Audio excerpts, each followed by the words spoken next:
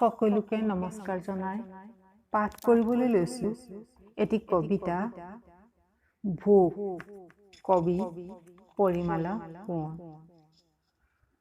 উদাস চকুবোৰলৈ চোৱা যেন তৰা শূন্য আকাশ, খালী পাকস্থলীৰ ছবি সিহঁতৰ মুখত জিলিকি উঠিছে।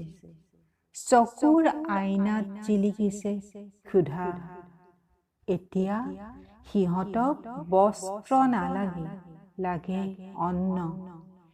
কি কৰোণা কি বেমাৰ, আজীৱন সিহঁতৰ তাৰে সতে সন্ধি বা সমাস।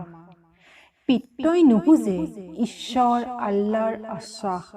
অন্ন লাগে অন্ন দিয়া, অন্ন লাগে অন্ন দিয়া। ভোক নিয়া ভোক নিয়া, চৰাই দেউকাৰ ছাঁত জিৰাই পেটৰ ভোকত অন্ধকাৰ ৰাতি নাৰী ভুৰু নাচে। ভোক ভোক কুকুৰৰ ৰাউচিত লকডাউন লকডাউন গোটেই শৰীৰ।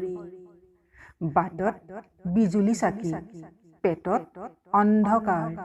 অন্ন দিয়া ভোক নিয়া, অন্ন দিয়া অন্ন দিয়া, নহলে কৰোণা ৰোগীৰ দৰে কৰোণা কৰি লৈ যোৱা। স্বঘোষিত হৈ নিবাৰণ কৰক পেটৰ জ্বলা, নহলে শূন্য পাকস্থলীৰ পিত্তৰসত ডুবি জিন যাওক ক্ষুধা। অন্ন দিয়া অন্ন অন্ন দিয়া, ভোক নিয়া অন্ন দিয়া। ধন্যবাদ।